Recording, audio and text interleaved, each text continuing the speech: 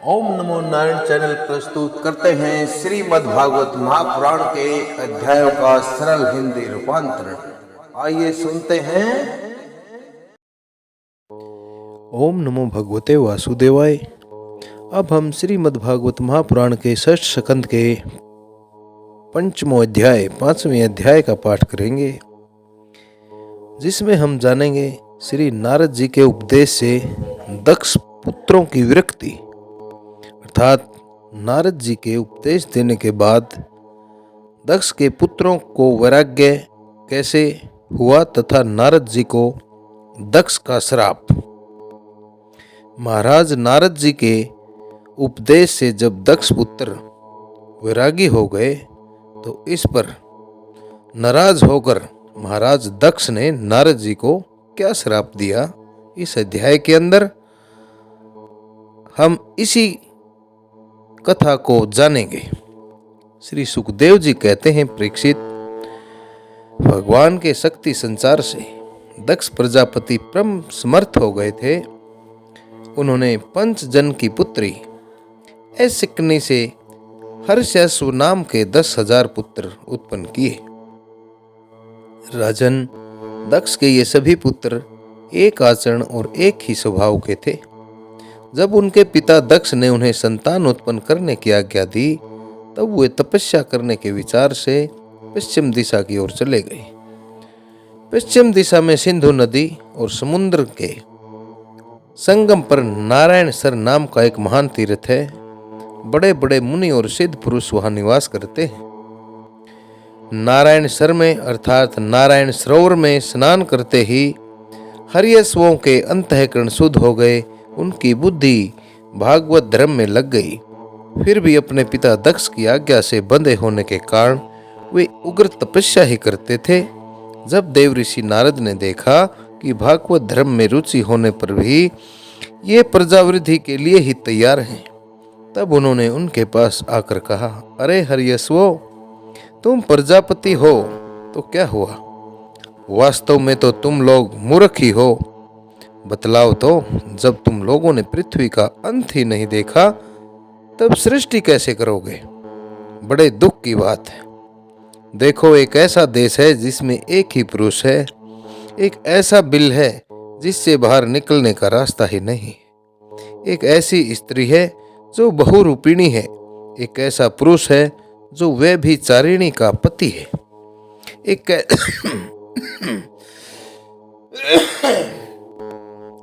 एक ऐसी नदी है जो आगे पीछे दोनों ओर बहती है, एक ऐसा विचित्र घर है जो 25 पदार्थों से बना हुआ है, और एक ऐसा हंस है जिसकी कहानी बड़ी विचित्र है, एक ऐसा चक्र है जो छुर एवं वज्र से बना हुआ है और अपने आप घूमता रहता है। मूर्ख हर्यश्वो, जब तक तुम लोग अपने सर्वज्ञ पिता के उचित आदेश को समझ नहीं लोगे और इन उपर्युक्त वस्तुओं को देख नहीं लोगे, तब तक उनकी आज्ञा के अनुसार सृष्टि कैसे कर सकोगे? श्री सुखदेव जी कहते हैं, परीक्षित, हर्यश्व जन्म से ही बड़े बुद्धिमान थे। वे देव ऋषि नारद की यह पहेली एक गुड वचन सुनकर अपनी बुद्धि से स्वयं ही विचार करने लगे। देव ऋषि नारद का कहना तो सच है। यह लिंग शरीर ही, जिसे साधारणतः जीव कहते हैं, पृथ्वी है, और इसी आत्मा का अनादि बंधन, अर्थात यही आत्मा का अनादि बंधन भी है। इसका अंत देखे बिना मोक्ष के अनुपयोगी कर्मों में लगे रहने से क्या लाभ है? सचमुच ईश्वर एक ही है। वह जागृत आदि तीनों अवस्थाओं और उनके अभिमानियों से भिन्न, उनका साक्षी तुर्य है। वही सबका आश्रय है, परंतु उसका आश्रय कोई नहीं है। वही भगवान है। उस प्रकृति आदि से अतीत नित्य मुक्त परमात्मा को देखे बिना भगवान के प्रति असमर्पित कर्मों से जीव को क्या लाभ है, जीव को क्या फायदा है?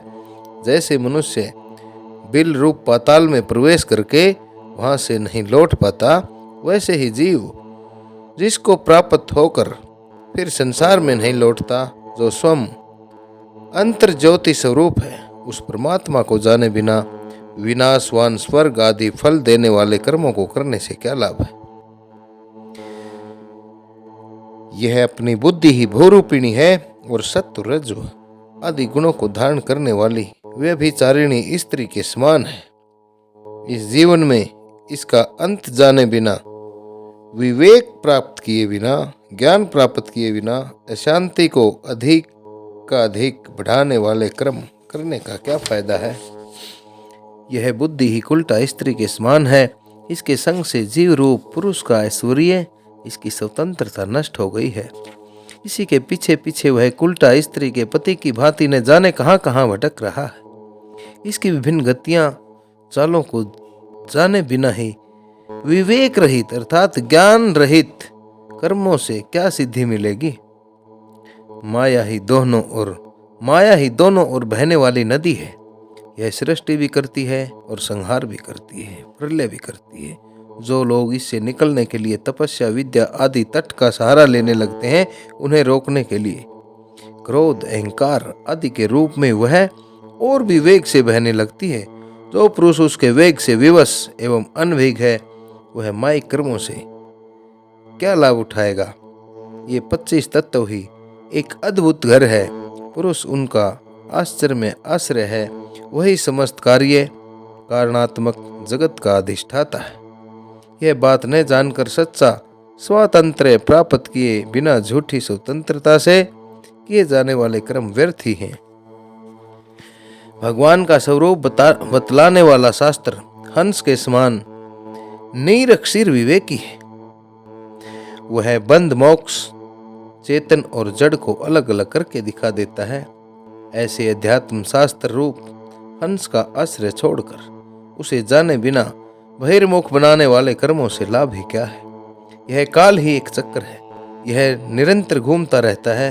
इसकी धार छुर्रे और वज्र के समान तीखी है और यह सारे जगत को अपनी ओर खींच रहा है। इसको रोकने वाला भी कोई नहीं है। यह परम स्वतंत्र है। यह बात न जानकर कर्मों के फल को नित्य समझकर जो लोग काम भाव से उनका अनुष्ठान करते हैं, उन्हें उन अनित्य कर्मों से क्या लाभ होगा? शास्त्र ही पिता है, क्योंकि दूसरा जन्म शास्त्र के द्वारा ही होता है और उसका आदेश कर्मों में लगना नहीं, उससे निवृत्त होना है। इसे जो नहीं जानता वह गुण में शब्द आदि विषयों पर विश्वास कर लेता है।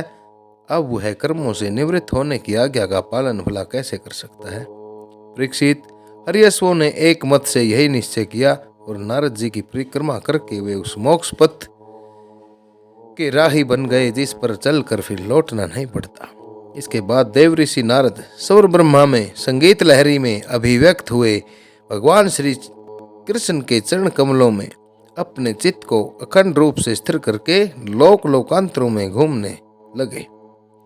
परीक्षित, जब दक्ष प्रजापति को मालूम हुआ कि मेरे शीलवान पुत्र नारद के उपदेश से कर्तव्यच्युत हो गए हैं, अपने कर्तव्य से विमुख हो गए हैं, तब वे शोक से व्याकुल हो गए, बड़े दुखी हुए। उन्हें बड़ा पश्चाताप हुआ। सचमुच अच्छी संतान का होना भी शोक का ही कारण है। ब्रह्मा जी ने दक्ष प्रजापति को बड़ी सांत्वना दी। तब उन्होंने पंचजन नंदिनी ऐसकनी के गर्भ से 1000 पुत्र और उत्पन्न किए।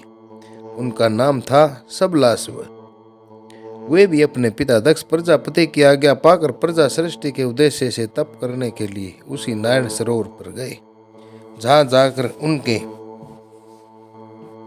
बड़े भाइयों ने सिद्धि प्राप्त की थी। सबलाश्वों ने वहां जाकर उस सरोवर में स्नान किया। स्नान मात्र से ही उनके अंतःकरण के सारे मल धुल गए। अब वे पर ब्रह्म स्वरूप प्रणव का तप करते हुए महान तपस्या में लग गए। कुछ महीनों तक केवल जल और कुछ महीनों तक केवल हवा पीकर ही उन्होंने हम नमस्कार पूर्वक ओंकार स्वरूप भगवान नारायण का ध्यान करते हैं, जो विशुद्ध चित्त में निवास करते हैं, सबके अंतर्यामी हैं तथा सर्वव्यापक एवं परम हंस स्वरूप है। इस मंत्र का अभ्यास करते हुए मंत्र अधिपति भगवान की प्रार्थना की। परीक्षित, इस प्रकार दक्ष के पुत्र सबलासु प्रजा सृष्टि के लिए तपस्या में संलग्न थे। उनके पास भी देव ऋषि नारद आ गए और उन्होंने पहले के समान ही कूट वचन कहे। उन्होंने कहा, दक्ष प्रजापति के पुत्रों, मैं तुम लोगों को जो उपदेश देता हूँ उसे सुनो। तुम लोग तो अपने भाइयों से बड़ा प्रेम करते हो, इसलिए उनके मार्ग का अनुसंधान करो। जो धर्मज्ञ भाई अपने बड़े भाइयों के श्रेष्ठ मार्ग का अनुसरण करते हैं, वही सच्चा भाई है। वह पुण्यवान पुरुष परलोक में मृत गणों के साथ आनंद भोगता है। परीक्षित, सब लाशवों को इस प्रकार उपदेश देकर देव ऋषि नारद वहां से चले गए और उन लोगों ने भी अपने भाइयों के मार्ग का ही अनुगमन किया, क्योंकि नारद जी का दर्शन कभी व्यर्थ नहीं जाता। वे उस पथ के पथिक बने जो अंतर्मुखी वृत्ति से प्राप्त होने योग्य, अत्यंत सुंदर और भगवत प्राप्ति के अनुकूल है। वे बीती हुई रात्रियों के समान न तो उस मार्ग से अब तक लौटे हैं और न आगे लौटेंगे ही। दक्ष प्रजापति ने देखा कि आजकल बहुत से अपशकुन हो रहे हैं। उनके चित्त में पुत्रों के अनिष्ट की आशंका हो आई। इतने में ही उन्हें मालूम हुआ कि पहले की भांति अब की बार भी नारद जी ने मेरे पुत्रों को चौपट कर दिया। उन्हें अपने पुत्रों की कर्तव्यच्युति से बड़ा शौक हुआ, अर्थात अपने पुत्रों को जो कार्य दिया था उसके पुत्र उस कर्तव्य से विमुख हो गए। जब इस बात का पता दक्ष जी को चला तो उन्हें बड़ा शौक हुआ और वो नारद जी पर बड़े क्रोधित हुए। उनके मिलने पर क्रोध के मारे दक्ष प्रजापति के होठ फड़कने लगे और वे आवेश में भरकर नारद जी से बोले,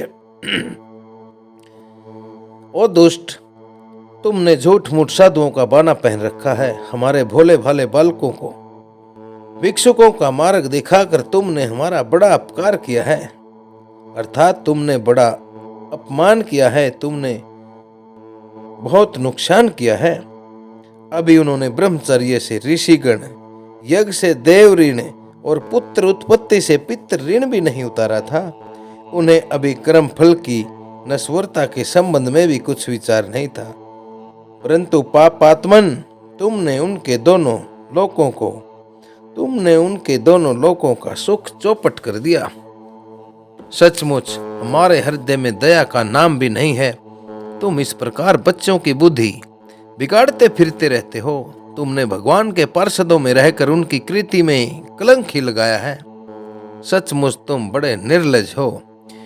जानता हूं कि भगवान के पार्षद सदा सदा दुखी प्राणियों पर दया करने के लिए ही तैयार रहते हैं, परंतु तुम प्रेम भाव का विनाश करने वाले हो। तुम उन लोगों से भी बैर रखते हो जो किसी से बैर नहीं करते। यदि तुम ऐसा समझते हो कि वैराग्य से ही स्नेह पास विषयासक्ति का बंधन कट सकता है, तो तुम्हारा यह विचार ठीक नहीं, क्योंकि तुम्हारे जैसे झूठ मूठ वैराग्य का स्वांग भरने वालों से किसी को वैराग्य नहीं हो सकता। नारद, मनुष्य विषयों का अनुभव किए बिना उनकी कटुता नहीं जान सकता, इसलिए उनकी दुख रूपता का अनुभव होने पर स्वयं जैसा वैराग्य होता है वैसा दूसरों के बहकाने से नहीं होता। हम लोग सद्गृहस्थ हैं, अपनी धर्म मर्यादा का पालन करते हैं। एक बार पहले भी तुमने हमारा ऐसे अपकार किया था। तब हमने उसे सह लिया था। तुम तो हमारी वंश परंपरा का उच्छेद करने पर ही उतारू हो गए हो, अर्थात तुम तो हमारी वंश परंपरा को ही नष्ट करने पर उतारू हो गए हो। तुमने फिर हमारे साथ वही दुष्टता का व्यवहार किया। इसलिए मूर्ख, चाहो लोकांतरों में भटकते रहो, कहीं भी तुम्हारे लिए ठहरने को ठोर नहीं होगी, था तुम्हारे लिए कहीं भी ठहरने के लिए निश्चित स्थान नहीं होगा। श्री सुखदेव जी कहते हैं, परीक्षित, संत शिरोमणि देव ऋषि नारद ने बहुत अच्छा कहकर दक्ष का श्राप स्वीकार किया। संसार में बस साधुता इसी का नाम है कि बदला लेने की शक्ति रहने पर भी दूसरे का किया हुआ अपकार सह लिया जाए। इस प्रकार श्रीमद् भागवत महापुराण के छठे स्कंद का यह 5वां अध्याय आप सभी श्रोताओं द्वारा सर्वित किया गया। श्रीमद् भागवत महापुराण के इन पुण्यमयी अध्यायों को संस्कृत से हिंदी में रूपांतरित करके आप सभी तक ओम नमो नारायण चैनल द्वारा पहुंचा जा रहा है। नरेंद्र कौशिक की ये बार बार सहृदय विनीत प्रार्थना है आप सभी से कि ओम नमो नारायण चैनल एक सनातन चैनल है जिसका मुख्य उद्देश्य सनातन धर्म की श्रीमद् भागवत महापुराण की इन पुण्यमयी कथाओं को आगे से आगे प्रसारित और प्रचारित करना है। आप सभी से प्रार्थना है कि ओम नमो नारायण चैनल को सब्सक्राइब करें तथा इन पुण्यमयी कथाओं को आगे से आगे शेयर करके पुण्य के भागी बने। इन्हीं शब्दों के साथ आप सभी को नरेंद्र कौशिक का ओम नमो भगवते वासुदेवाय, ओम नमो भगवते वासुदेवाय, ओम नमो भगवते वासुदेवाय।